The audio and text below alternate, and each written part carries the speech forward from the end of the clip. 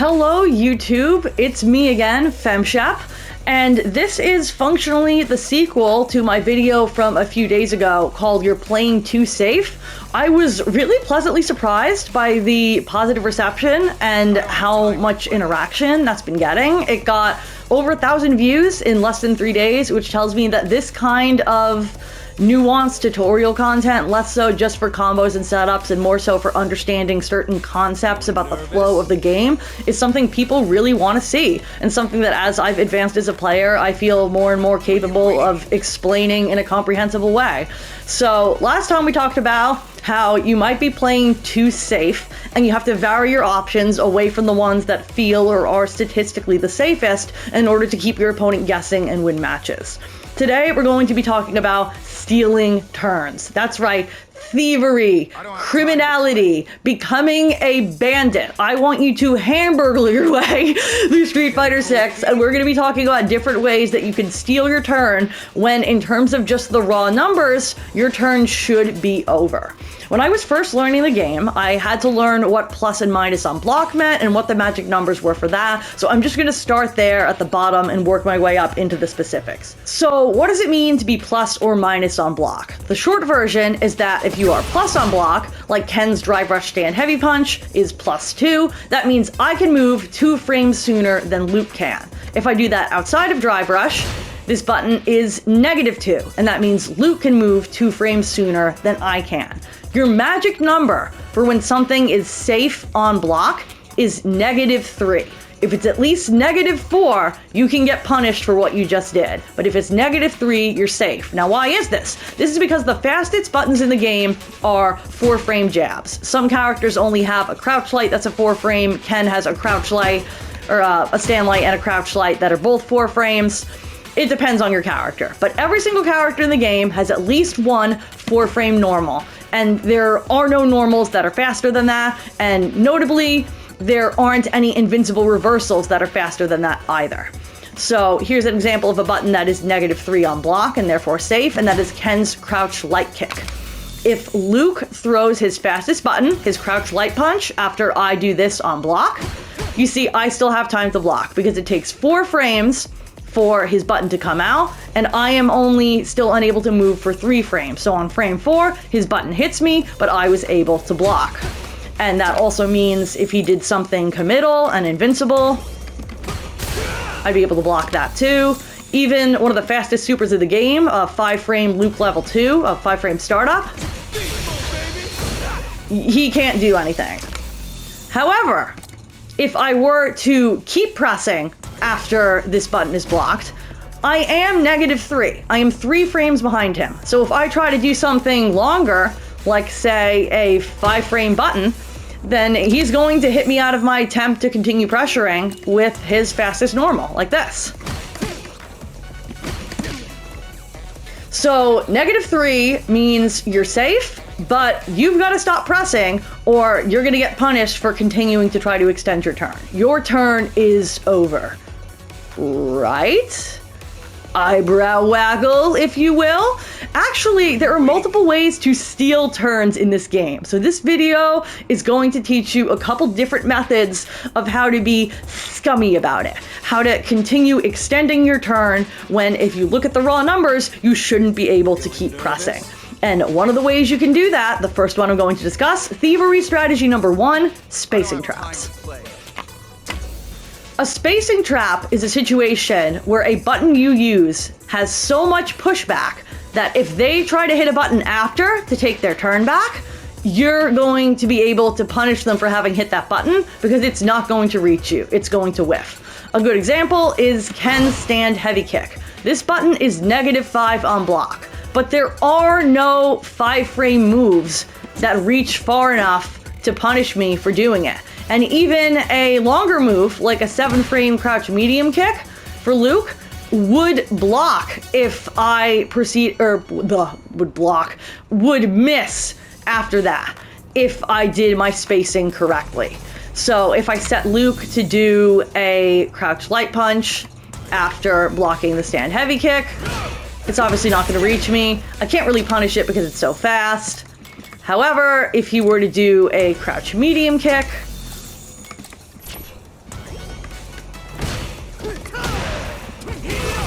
I can punish it because it whiffs. So spacing traps are one way of taking your turn back. There are counterplays to this, namely that if Luke were to do a really big normal with the furthest possible reach, namely a sweep, that would still be able to hit me after this. If I tried to do the same exact situation where I auto hit the button again to do a whiff punish, I get hit out of it, I get counter hit. So, like anything else, there is counterplay, but spacing traps can be one way to continue to extend your turn when your turn really should be over. And there are a lot of spacing traps that you can kind of auto buffer the punish, one of which I'm going to give an example of on Marissa.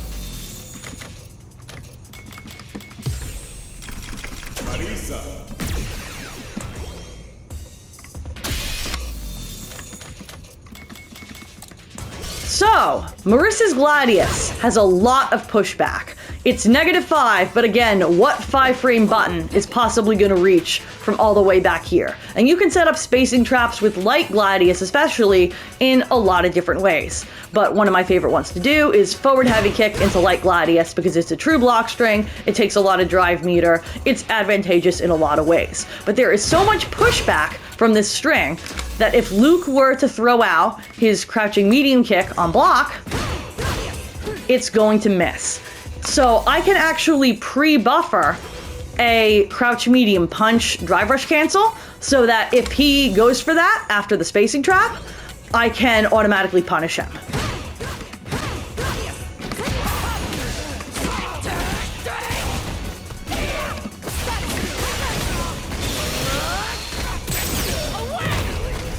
There's counterplay to the pre-buffer as well, obviously, because if Luke were to do nothing,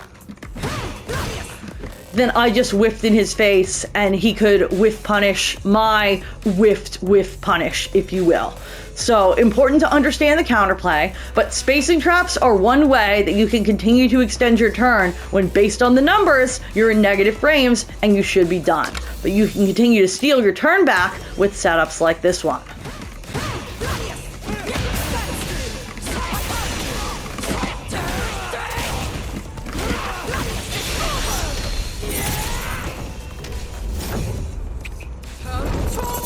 You thought it was your turn, huh? You thought it was your turn? You thought it was your turn? Eat 60%. I love Marissa. I will always love Marissa. For Thievery Strategy 2, we are going to go back to Ken because Ken has a tool that Marissa notably does not have, and that is an invincible DP.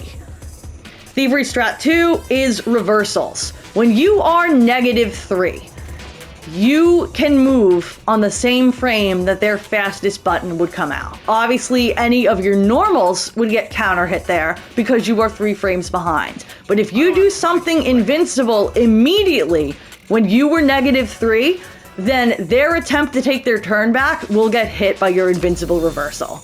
Case in point, we set Luke to do his crouching light punch after my crouch light kick on block, and he gets hit for trying to press. Yes, it was his turn. If I were to hit a normal, I would get counter hit, but if I do something invincible, I can beat out his taking his turn back as a hard read that he knows I'm -3, and it's his turn to press a button. This also works with Super, which is a much more committal and risky read, but incredibly satisfying if you pull it off.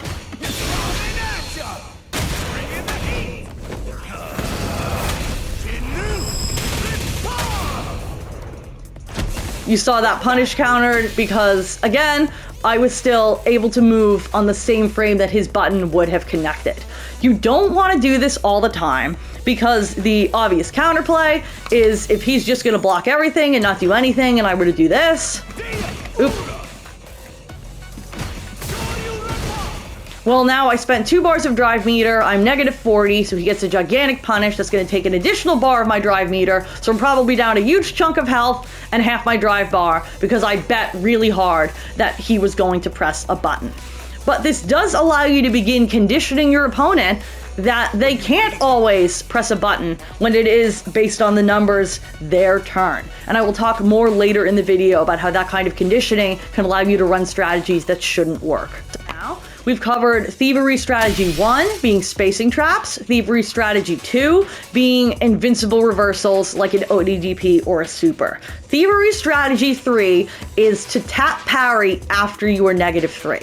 Now, why would you do this? This is because the very first frame that you can move again is the frame that their fastest button would connect with you. So if you tap parry at the right timing, when he was going to take his turn back with his fastest button, you will get a perfect parry. There it is. And you'll see now I am +10 in that situation, so after that perfect parry, I could get an admittedly very damage scaled punish, like into a safe jump situation. When, based on the numbers, it should have been his turn to press.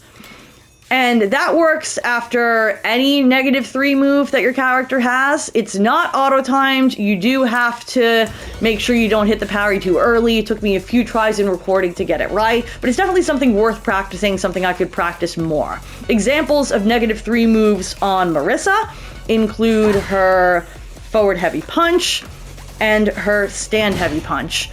The first hit of her medium punch target combo, if you do just one medium punch, is -1. So the timing is different, but you could steal a turn there in the same way if you know they're going to press because your turn is over and you then time the parry. This does, of course, have counterplay, that if I go ahead and don't know he's just gonna not take his turn back and I were to do this and then tap parry, he could walk forward and punish counter throw me, which takes a bar on my drive gauge, does more damage than a normal throw. Not a great situation. But this is what I mentioned earlier about conditioning your opponent not to press when it's quote unquote their turn. Whether it's that you show them you're going to do a super, or that you're going to go for perfect parry, which I probably won't land. Let's give it one more try. Alright, I'm not going to continue to attempt that and extend the video. Whether it's with a parry, a super, a ODDP, you've now shown your opponent that even though they know you're negative and it's their turn to press, they shouldn't necessarily do that. And that will lead to your opponent just sitting there and blocking. And that means, as in the example earlier that I mentioned of going from a fast light to a medium, that really shouldn't connect. If he presses here and I go from crouch light to medium, I get counter hit. But if I've now shown him that if he presses there, he could get perfect parry or he could get supered, then all of a sudden, I can do this. That's not a real string. There's a huge gap there. But I can now just continue to take my turn when I shouldn't be able to, and set up all kinds of situations that allow me to lay on the pressure when I really shouldn't be able to. So you don't want to risk the parry all the time. You definitely don't want to risk a super or a DP all the time. But this kind of conditioning allows you to pressure offense forward and pressure the opponent, steamroll their mental stack, put them in a position where they don't feel like it's ever their turn to press and they're scared, and hopefully convince them to do something foolish and punishable on defense.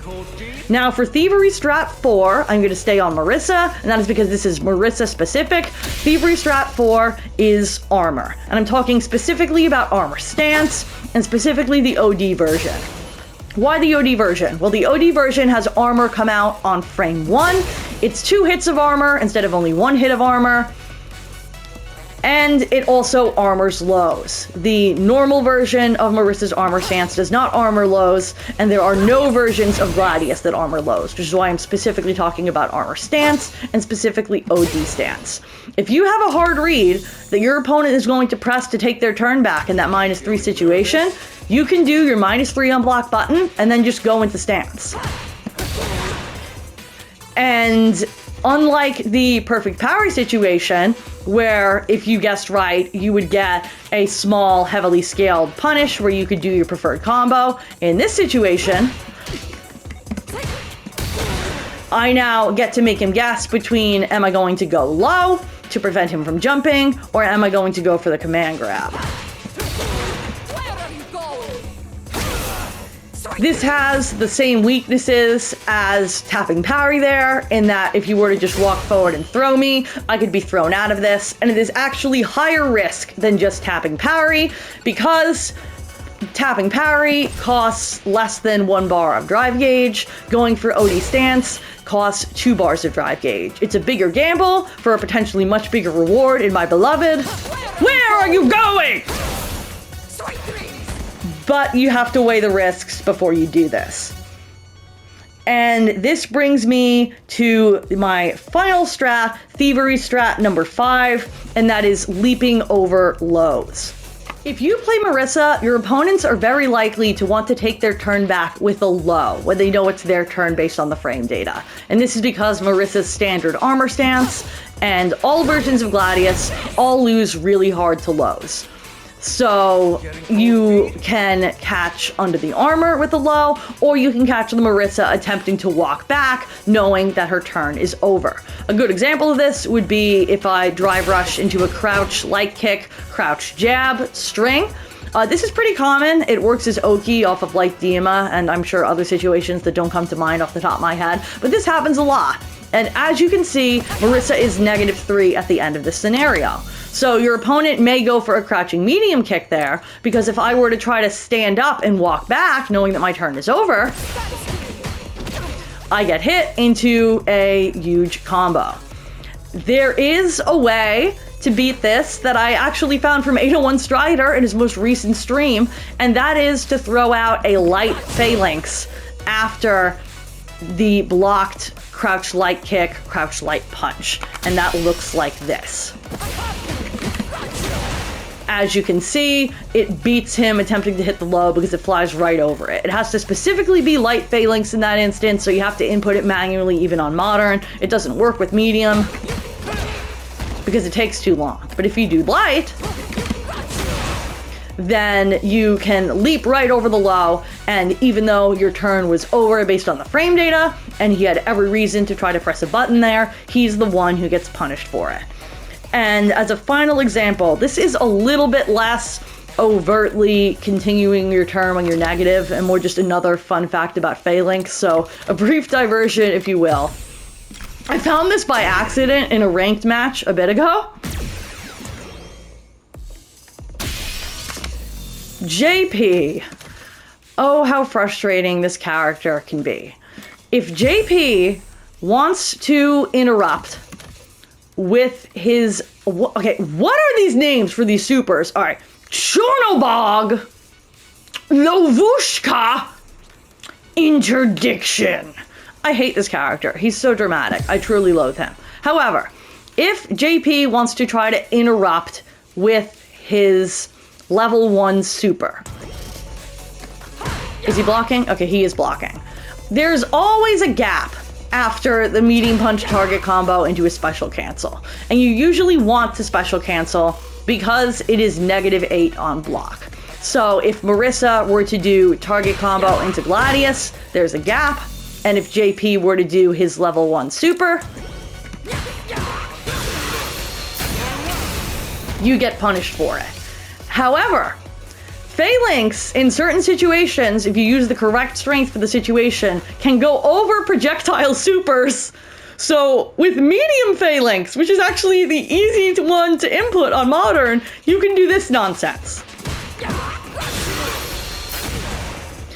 It's so funny, I'm just gonna do it again. Beautiful. Absolutely beautiful. And anytime you land one of these phalanx punishes, by the way, you get double dash Oki into a true 50-50 between Knee or the beloved... Where are you going? Where are you going? Where are you going?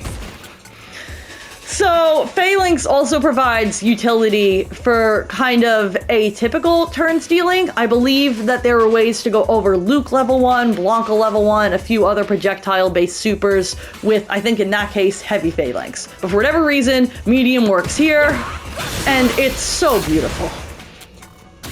In summary, when you have -3 frame advantage, like here, your turn should be over, because if you were to hit another normal after that, you would get counter hit by your opponent's 4-frame button. you logically should just block and accept the fact that your turn is over. But in -3 situations, there are a few ways to be sneaky, slimy, and dastardly about it and continue your turn when you really shouldn't be able to. Those strategies being, number 1, a spacing trap. You press them so far away from you that when they try to hit a button back at you, if it's not a really big button like a sweep, they will whiff and you get a whiff punish. Strategy 2, reversals. You throw an ODVP when you're -3, or you throw a super when you're -3. And when they try to take their turn back, they get hit by your invincible option. Strategy 3, tap perfect parry at the right timing. If you get the perfect parry, you get a punish, it's your turn again, and now most likely into Oki, and they are once again on the back foot. Strategy 4, specific to Marissa, using her OD stance in the same -3 situations where you could tap perfect parry to catch them pressing and put them in a mix between a crouch light or a potential command grab. And finally, Thievery Strategy 5, leaping over lows with Marissa's Phalanx, which is a little bit less a direct analog to the other examples here, but I still thought was worth including. I really hope this was helpful. If I see any of you at Frosty Faustings in Chicago in a few weeks, please say hi. Remember, you can use promo code GLADIUS to get 10% off anything from Zenny Gaming if you need glasses, even non-prescription. Maybe you want blue light glasses for gaming. Well, you can get 10% off those now while supporting the channel. And keep an eye out because any day now it should officially go through that I can apply to YouTube Partner, having hit the 3,000 watch hours in the past 365 days, which means I could start adding channel memberships and some other features that should be really fun for everybody to mess with. I'm just waiting for that to go through. And please, please keep watching, sharing, liking, commenting. All of those things really, really help the channel. And once we go from 3,000 to 4,000 watch hours in the past 365 days, I can actually collect ad revenue for all of this content that I've been putting my time, blood, sweat, tears, and passion into.